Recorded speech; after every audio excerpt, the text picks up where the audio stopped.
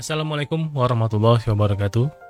Di video kali ini kita akan membahas tentang apa itu SSRF, kemudian bagaimana cara mengeksploitasinya, dan contoh-contoh serangan di dunia nyatanya seperti apa. Nah, kemudian cara pencegahannya bagaimana. Jadi pastikan kamu tonton video ini sampai dengan akhir.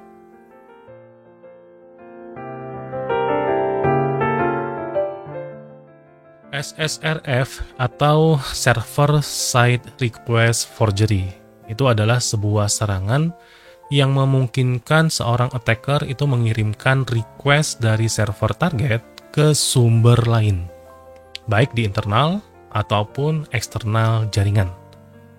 Jadi SSRF ini biasanya terjadi ketika ada aplikasi itu memperbolehkan si pengguna itu menginput URL tanpa adanya validasi yang benar. Jadi dengan adanya SSRF ini, si attacker tadi bisa mengakses layanan-layanan internal, kemudian membaca file-file sensitif hingga melakukan eksploitasi lebih lanjut terhadap serangan tersebut.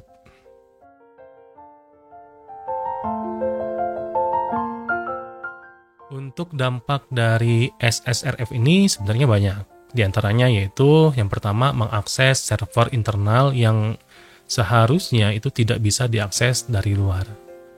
Kemudian bisa mengekspos metadata cloud kayak AWS, kemudian GCP, Azure, dan lain-lain. Kemudian menemukan endpoint internal yang rentan terhadap eksploitasi, sampai dengan melakukan scanning secara internal untuk menemukan kira-kira lebih banyak celah keamanannya atau tidak.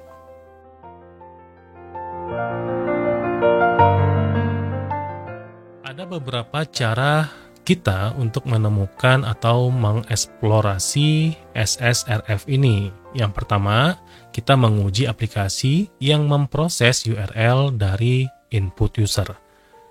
Jika sebuah aplikasi meminta user untuk memasukkan URL gambar, kita bisa menguji apakah sistem tersebut rentan terhadap SSRF. Contoh request yang rentan terhadap SSRF ini misalkan seperti ini. Kemudian yang kedua adalah kita mencoba mengubah URL untuk mengakses layanan-layanan internalnya. Jadi kita coba ubah URL untuk mengakses IP internal, misalnya dengan menggunakan perintah seperti ini. Kalau servernya merespon dengan halaman admin, berarti sistem ini rentan terhadap serangan SSRF. Kemudian yang ketiga adalah kita mencoba untuk mengeksploitasi metadata dari cloud. Macam-macam ya, bisa AWS, GCP, Azure, dan lain-lain. Jika aplikasi berjalan di layanan cloud seperti AWS, kita bisa mencoba mengakses metadata instannya untuk mendapatkan kredensial. Nah, pilot untuk mendapatkan informasi kredensial dari AWS contohnya, kita bisa menggunakan seperti ini. Kemudian yang keempat adalah kita bisa menggunakan tools Burp Suite untuk menganalisis SSRF. Nah, di Burp Suite itu bisa digunakan untuk mengintercept request. Kemudian kita ubah URL targetnya untuk menguji kemungkinan-kemungkinan adanya serangan SSRF di sana.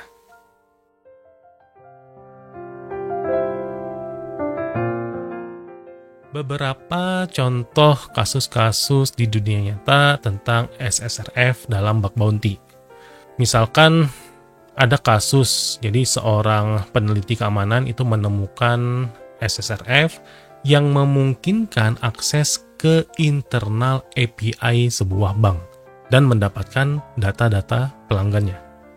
Kemudian ada SSRF pada layanan cloud itu memungkinkan si attacker atau bug hunter itu mencuri token akses dari metadata AWS dan mendapatkan kontrol penuh atas server tersebut. Nah, kemudian ada juga kasus bug bounty hunter itu bisa mengeksploitasi SSRF untuk mengakses panel admin yang tersembunyi dari aplikasi web.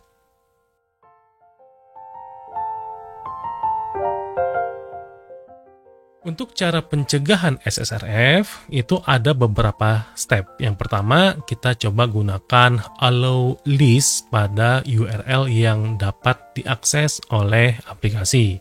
Kemudian yang kedua, kita bisa blokir akses ke alamat IP internal. Misalkan kayak yang localhost, atau 127.00.1, atau 169.254, 169.254, dan lain-lainnya. Kemudian kita bisa gunakan library keamanan yang mencegah request ke alamat internal. Dan yang terakhir, kita bisa gunakan Web Application Firewall atau WAF untuk mendeteksi request SSRF yang berbahaya.